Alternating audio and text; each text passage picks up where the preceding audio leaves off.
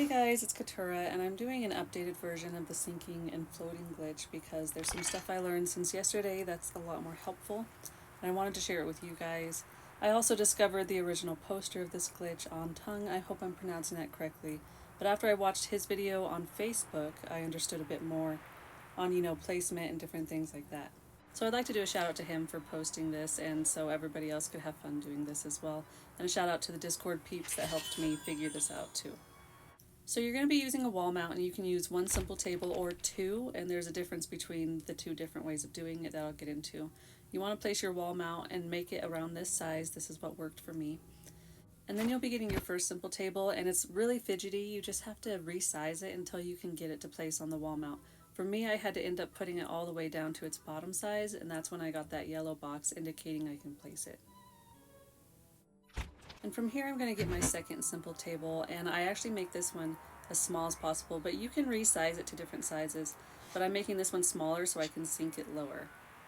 And a bigger table will allow you to place more on it, so you just have to decide what you're wanting to do with this. You can see it's a lot easier to place than the first one, and once you do that, you're going to grab the wall mount, bring it up about halfway up the wall, because if you put it too high, this next part's not going to work. And after you get it placed, you're going to do the select furniture button right there. And when you do the select furniture button, you're going to draw a circle. You'll just hold and draw. If you don't have it in the right spot, it's not going to do anything. And that's when you need to adjust where your wall mount is and bring it down a little bit lower. And so now that I've lowered it, when I try, it turns me around, and that's how I know it worked. So I'm going to go back to my other setup, draw my circle. It will turn me around, and this is when you're placing your table or the item that you're going to be sinking. And here you want to press X and not the check mark. If you click the check mark, it's going to disconnect the table from the shelf. Now at this point, you're going to want to move your table or your item to the exact spot that you want it. Remember to click X when you're done moving it. But if you don't put it where you want it at this point and you move on to doing other things, it's just going to glitch back to that first initial placement, and you won't be able to get it where you want it. So here it's just showing you that you can move it wherever you want, but I'm going to place it here. And then after I place it and I push my X, I'm going to click that shelf, and you can see now that I can sink the item. And the great thing about having the table when you sink it is now you can place things on top of the table. And if your table's bigger, you can place multiple items on it, so it just makes it a lot easier, so you're not having to do this several times, especially if you're wanting to create like a field of flowers. You'll be able to put several flower pots on a bigger table.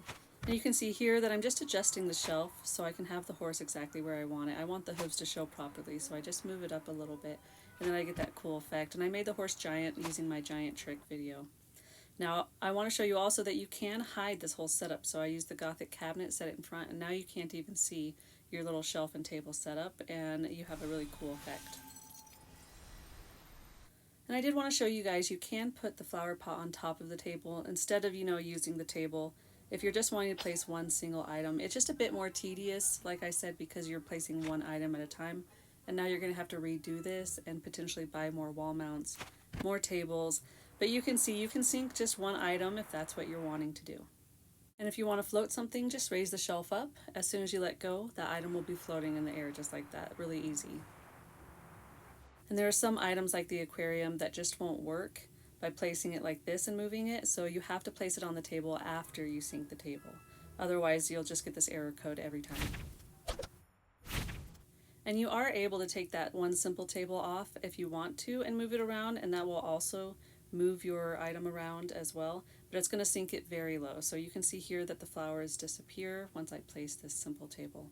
And if that happens and you can't get to your flowers anymore, you can raise the table higher to get them, or you can just go into the bulk put away and find your specific item you're looking for and put it away. And I just want to show you when you're placing things on the sunken tables that your yellow outline goes away, and that lets you know that you're able to place it on the table.